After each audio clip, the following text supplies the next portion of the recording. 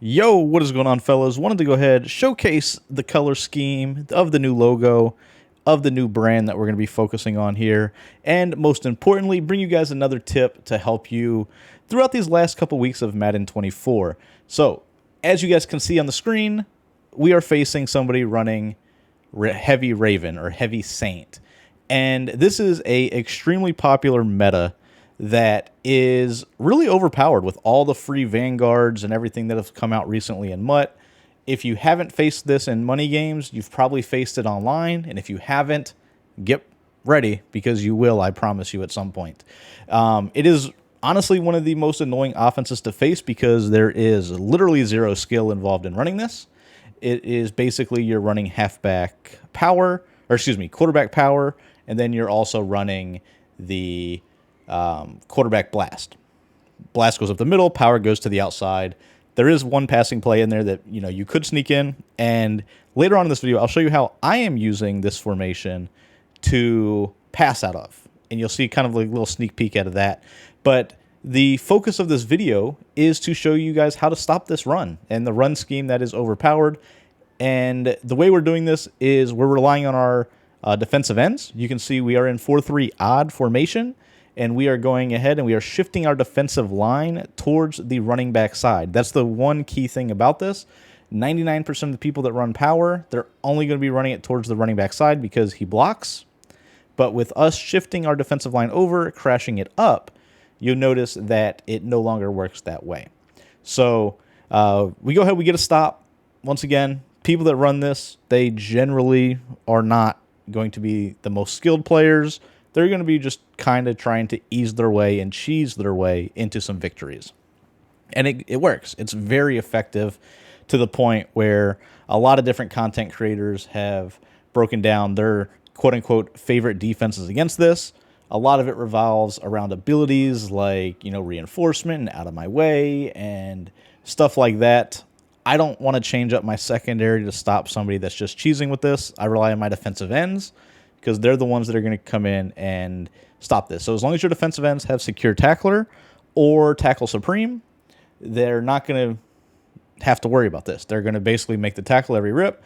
Now, as you can see, there will be times they can cut it kind of inward and they kind of just run into the traffic. And overall, they're not picking up any yards, right? It's going to be 4th and long, 3rd and long, 2nd and long. No matter what down it is, they're not really gaining much. As you can see, this dude just went to it again on 4th and 14, ended up losing yards again. It's very, very simple to defend once you know how to do it. Now, there is a way to where if you have slow or low agile defensive ends, they can undercut.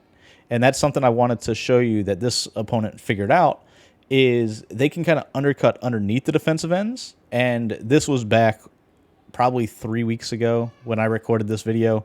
So my team is definitely not optimized. I have fat defensive ends, basically low agility guys that just have secure tackler in these spots. I can't tell you the last time I really updated my team. So that was where we were at the time. As you can see, this guy is sending me messages over and over again. Yeah, easy way to box this. And like I said, it's as simple as shifting your defensive line to the running back side, crashing the defensive line up. Or towards, if you're worried about blast, you can crash your defensive line towards the running back, or crash up. Either one works. But basically, as you can see, defensive end comes in free, and then it's just up to that defensive end to make the tackle. Simple as that. Like I mentioned, there is the ability to kind of undercut, like this guy figured out, if you have low agility defensive ends. But yeah, you shouldn't really run into that too much. If they try to run blast, the middle linebacker / your user can just easily plug that. It's not too much to deal with. So yeah, not a whole lot more to go into this. I did want to show you this against the pass because this, with a traditional just leave it as is, spread your defensive line, you can get the A-gap pressure to come in. Now, it is at that point a cover zero blitz, so it's not something you really want to use over and over again unless you're good at making adjustments out of it. But for the most part, I believe the rest of this drive for him is him passing out of whatever random formation this is, deuce close.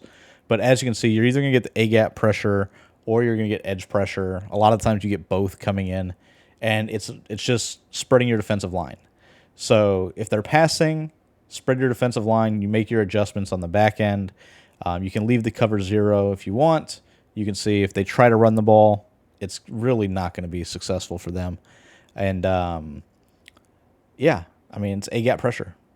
Now, if they try to sit there and slide, block the running back and slide and do all this type of stuff, you can pick the pressure up, but the people that really truly know how to block and slide all the blitzes, they're not going to be in heavy Raven to begin with, more than likely. So just wanted to go ahead, get a quick little video out for you guys. I know I haven't put a lot of content out in about a month now. I have been gearing up, getting ready for the college football and Madden. I went ahead, changed up the brand, changed the logos. I'm going to put a lot more focus on my actual content. And I've got a lot more news to break for YouTube moving forward, along with what I'm doing, with the Madden Daily site, the Discord, all the different things that I've done. So look for that type of stuff to come out here in the next couple weeks, I would say, as we get ready for these new games dropping. Now, as I mentioned, kind of a sneak peek to the offense that I was running at the time. This is going to be the Saints playbook, going from single back bunch base, audibling up to heavy Raven.